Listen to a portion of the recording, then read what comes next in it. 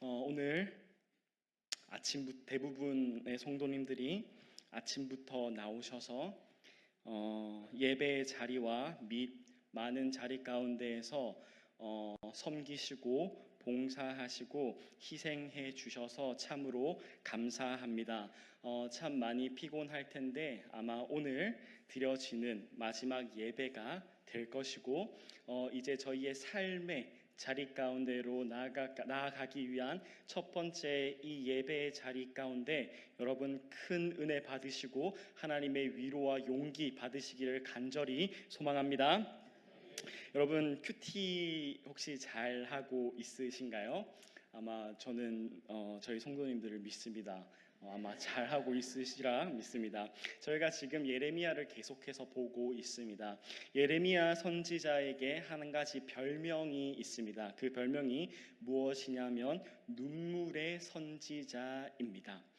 예레미야는 그 일생 동안 하나님의 말씀을 대언하면서 그에게 붙은 별명이 눈물의 선지자입니다. 그게 왜 그렇냐면 예레미야의 사명은 하나님의 말씀을 전하는 일이었는데 그 말씀을 전하는 일이 본인이 사랑하는 가족들과 본인이 사랑하는 조국과 나라와 백성들에게 무엇을 말하는 거냐면 너희 이제 망할 거야 라는 것을 말하기 때문입니다.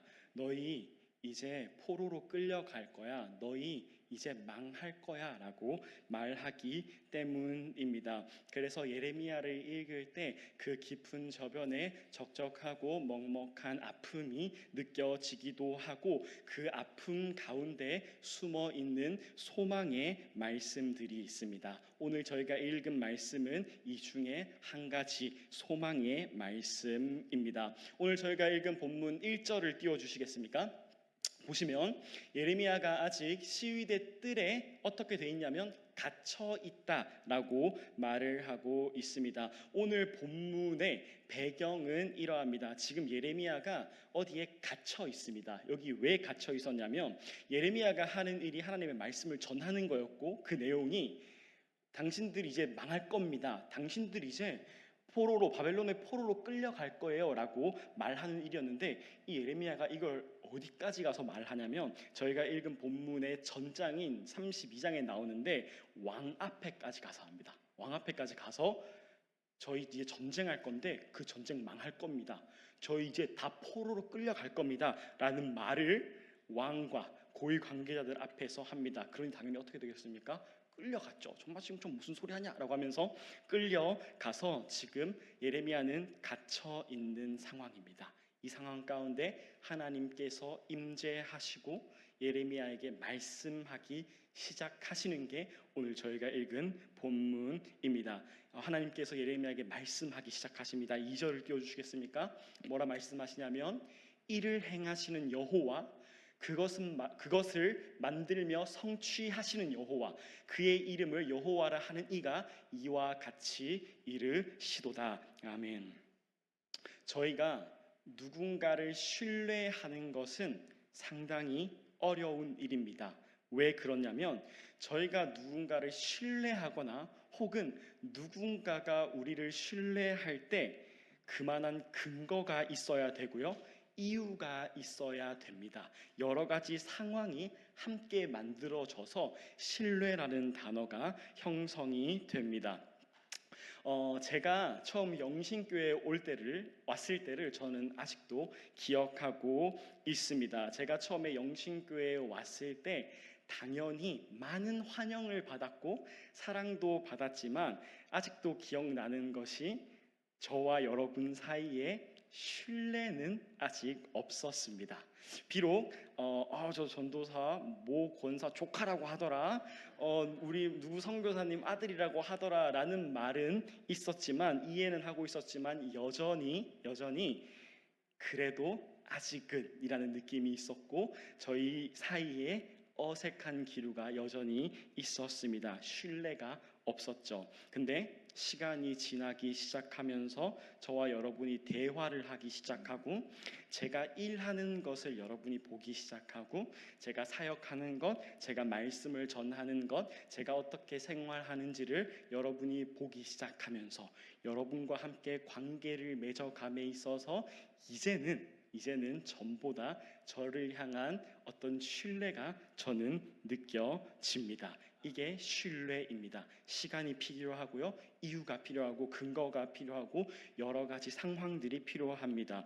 이것은 비단 저와 여러분뿐만 아니라 저희 일상의 관계에서도 신뢰는 똑같이 적용이 됩니다. 회사 동료를 바라볼 때, 우리의 친구들을 바라볼 때, 우리의 선생을 바라볼 때 시간이 필요하고, 여러 가지 일들을 통해서 우리는 신뢰라는 것을 받고, 우리는 신뢰라는 것을 합니다.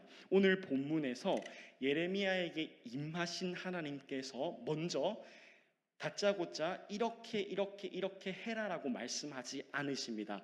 하나님께서 본격적인 말씀을 하기 이전에 하나님께서는 무엇을 하시냐면 내가 누군지를 예레미야에게 다시 한번 말씀하십니다.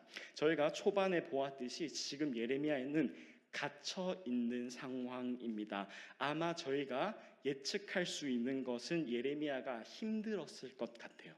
아마 예레미야가 외로웠을 것 같아요. 그리고 사람이라면 아마 불안해했을 것이라 생각이 듭니다. 이런 예레미야에게 하나님께서 찾아오셔서 말씀을 주시기 전에 뭐라고 말하냐면, 나 이런 하나님이야. 내가 너의 인생을 여기까지 인도했잖아. 내가 말한 거 너의 삶에서, 나라에서 이루어졌잖아. 너 나를 봐. 너 나를 믿어 라고 하는 신뢰를 먼저 주시고 믿음을 주신 것입니다. 여러분, 말씀하시면 이루시는 하나님을 믿으시기를 간절히 소망합니다. 우리가 먼저 이곳에서 하나님과의 신뢰를 다시 한번 기억해야 됩니다. 하나님께서는 우리에게 끊임없는 은혜를 주시고 끊임없는 복들을 주시는데, 문제는 뭐냐면 저희가 항상 이것을 까먹는 것입니다. 그래서 하나님께서는 다시 한번 말씀하십니다. 나야. 너의 인생을, 우리의 인생을 여기까지 인도했고 이제 인도하실 내가 하나님이야 라고 하는 것입니다. 이 하나님을 향한 우리의 믿음과 신뢰와 다시 한 번의 기억이 있어야 될 줄로 믿습니다. 그리고 나서 하나님께서 본격적으로 예레미야에게 말씀하기 시작하십니다. 3절을 띄워주시겠습니까? 뭐라고 말하냐면, 너는 내게 부르짖으라. 내가 내게 응답하겠고 내가 알지 못하는 크고 은밀한 일을 내게 보이리라. 아멘. 하나님께서 예레미야에게 본인에게 부르짖으라라고 말합니다. 그러면 들으시고 응답하시고 크고 은밀한 일을 보이신다라고 합니다. 그리고 나서 3절을 기준으로 4절부터는 무엇을 얘기하냐면 어떤 것이 크고 은밀한 일인지를 말씀하시기 시작하시는데, 5절을 띄워주시겠습니까? 먼저는 하나님께서 이스라엘 백성들이 얼마나 악했는지를 먼저 이야기합니다. 5절 후반부에 보면, 이는 그들의 모든 악행으로 말미암아 나의 얼굴을 가리어 이 백성을 돌아보지 아니하였습니다. 너무 악해서 돌아보지 않으셨대요, 하나님께서. 근데 이제 은혜가 되는 말씀이 시작됩니다. 크고 은밀한 일이. 6절을 띄워주시겠습니까? 뭐라고 말하냐면, 그러나 내가 너희를 이제까지 돌아보지 않았는데, 그러나 보라, 내가 이 성읍을 치료하며 고쳐 낫게 하고 평안과 진실이 풍성함을 그들에게 나타낼 것이며. 아멘. 하나님께서 이스라엘 백성들에게 먼저 약속하신 것은 무엇이냐면, 내가 너희를 치료할 거야, 내가 너희를 고칠 거야, 내가 너희를 낫게 할 거야 라고 말하고 있으십니다. 당시 이스라엘은 망가질 대로 망가진 상태였습니다. 하나님을 잊어버렸고요, 그분의 말씀을 더 이상 지켜 행하지 않았습니다. 이스라엘이라는 민족은 하나님으로부터 시작했습니다.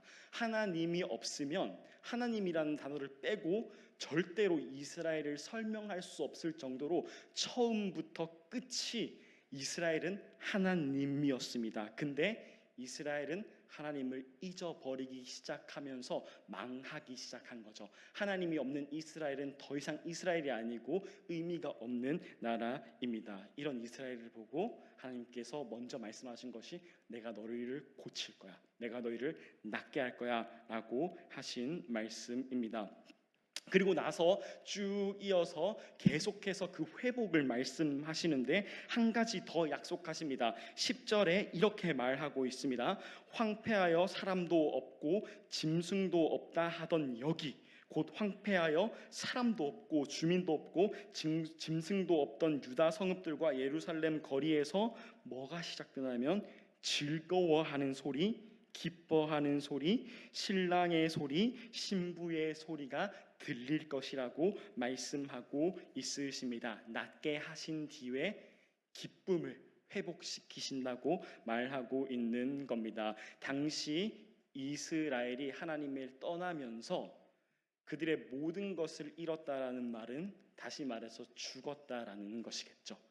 하나님께서 그들의 생명이었는데 하나님이 없는 그 백성은 아마 죽은 백성, 생명이 없는 백성이겠죠. 그래서 뭐가 없었냐면 기쁨이 없었다라는 것을 말하고 있습니다. 생명이 있을 때 기쁨이 있고요, 죽음이 있을 때 기쁨이 없어진다라는 것입니다. 여기서 이스라엘 백성에게 하나님께서 너희를 치료한 다음에 그 다음에 너희의 기쁨을, 너희의 웃음소리를 다시 한번 회복할 거야 라고 말하고 있습니다. 여러분, 혹시 여러분의 삶에 회복이 필요하시지는 않으십니까?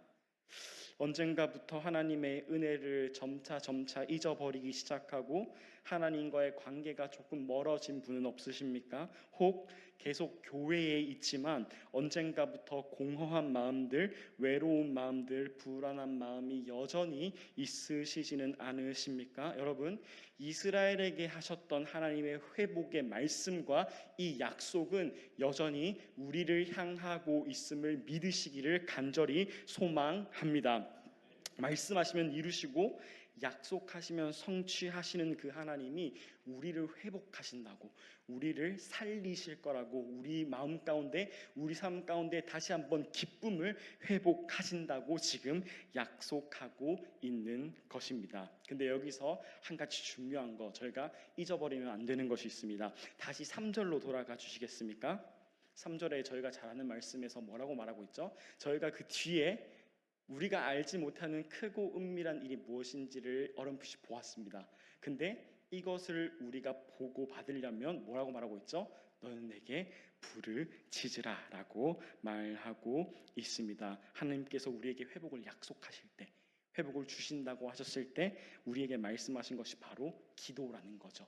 너희 내게 불을 지져라고 말하는 것입니다. 이게 참 은혜가 되는 게 무엇이냐면요, 적어도 저희가 오늘 본 1절에서 13절까지의 말씀 가운데 하나님께서 우리에게 요구하시는 게 이거 딱 하나입니다. 하나님께서 우리에게 너희 그냥 나에게 불을 지져 라고 말하고 그 모든 말씀을 내가 너희에게 해줄게 라고 해요. 너희 살려줄게, 너희 회복시켜줄게, 너희 다시 한번 기쁨으로 웃게 해줄게 라고 하면서 계속해서 복의 말씀을 해주시는 것입니다. 하나님께서 우리에게 기도를 주신 것은 무엇이냐면 하나님과의 관계를 지속하는 것, 우리가 하나님을 알고 하나님의 말씀을 우리에게 알게 하는 관계를 맺어가는 방법으로 이 기도라는 것을 주셨습니다. 신뢰와 마찬가지로 관계 또한 절대로 저절로 맺어지지 않습니다. 제가 청년부와의 관계를 맺을 때, 제가 우리 유빈 청년과 관계를 맺을 때 이 3년 동안의 시간이 그냥 시간이 저와 유빈 청년의 관계를 맺어주지 않았습니다. 이 3년이라는 시간 동안 저와 유빈 청년 사이에는 뭐가 있었냐면요, 대화가 있었어요. 함께 고민을 들어줬고요, 함께 기도 제목을 나눴고요, 함께 머리를 싸매면서 청년부를 어떤 방향으로 이끌어 갈지 함께 고민한 시간들이 있었고요. 또한 소소하게 서로의 취미를 공유했고 함께 축구하는 시간이 있었고 함께 먹는 시간이 있었습니다. 여러 가지 방식들로 시간 안에서 저와 유빈 청년의 지금까지의 관계가 맺어진 것이죠. 하나님께서 지금 여러분에게 너희와 내가 언약의 관계 안에 있을 텐데 이 언약의 관계를 우리가 기도로 맺어가자라고 말씀하시는 겁니다. 그러니 이 기도가 이 얼마나 특별한 우리를 향한 권리이고 특권이겠습니까? 기도하는 여러분 되기를 간절히 소망합니다. 그리고 관계 안에서 하나님께서 기도에 대해서 또 한 가지를 말씀하시는데 마태복음 7장을 함께 볼까요? 마태복음 7장 제가 쭉 읽고 마지막 11절을 한 목소리로 읽어보겠습니다. 구하라 그리하면 너에게 주실 것이요 찾으라 그리하면 찾아낼 것이요 문을 두드리라 그리하면 너희에게 열릴 것이니 구하는 이마다 받을 것이요 찾는 이는 찾아낼 것이요 두드리는 이에게는 열릴 것이니 너희 중에 누가 아들이 떡을 달라 하는데 돌을 주며 생선을 달라 하는데 뱀을 줄 사람이 있겠느냐. 함께 읽겠습니다. 너희가 악한 자라도 좋은 것으로 자식에게 줄 알거든 하물며 하늘에 계신 너희 아버지께서 구하는 자에게 좋은 것으로 주시지 아니하겠느냐. 아멘. 여러분, 하나님은 좋으신 하나님입니다.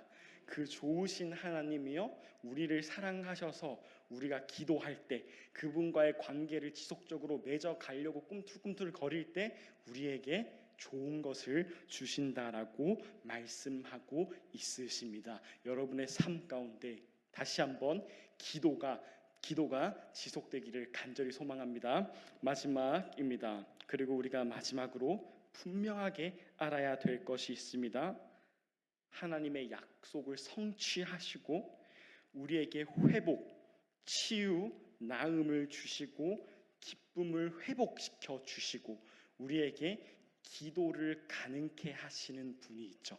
바로 예수 그리스도입니다. 이 이름을 이 사실을 절대 잊어서는 안 됩니다. 죄로 인해 끊어졌던 하나님과의 관계를 회복시키셨고 우리에게 하나님께 친히 기도할 수 있는 특권을 허락하셨으며 십자가 죽음과 부활하심으로 우리에게 치유와 고침으로 생명을 주시는 분, 그분 안에 완전한 기쁨이 있는 그 이름 예수 그리스도를 믿으시기를 간절히 소망합니다. 결론을 말씀드리겠습니다. 저와 여러분 그 누구에게나 회복이 필요합니다. 여러분 저희 함께 하나님께 부르짖읍시다. 누구의 이름으로? 예수 그리스도의 이름으로 하나님께 부르짖읍시다. 그래서 여러분의 삶 가운데 기도를 통해 회복이 이루어지기를 간절히 소망합니다.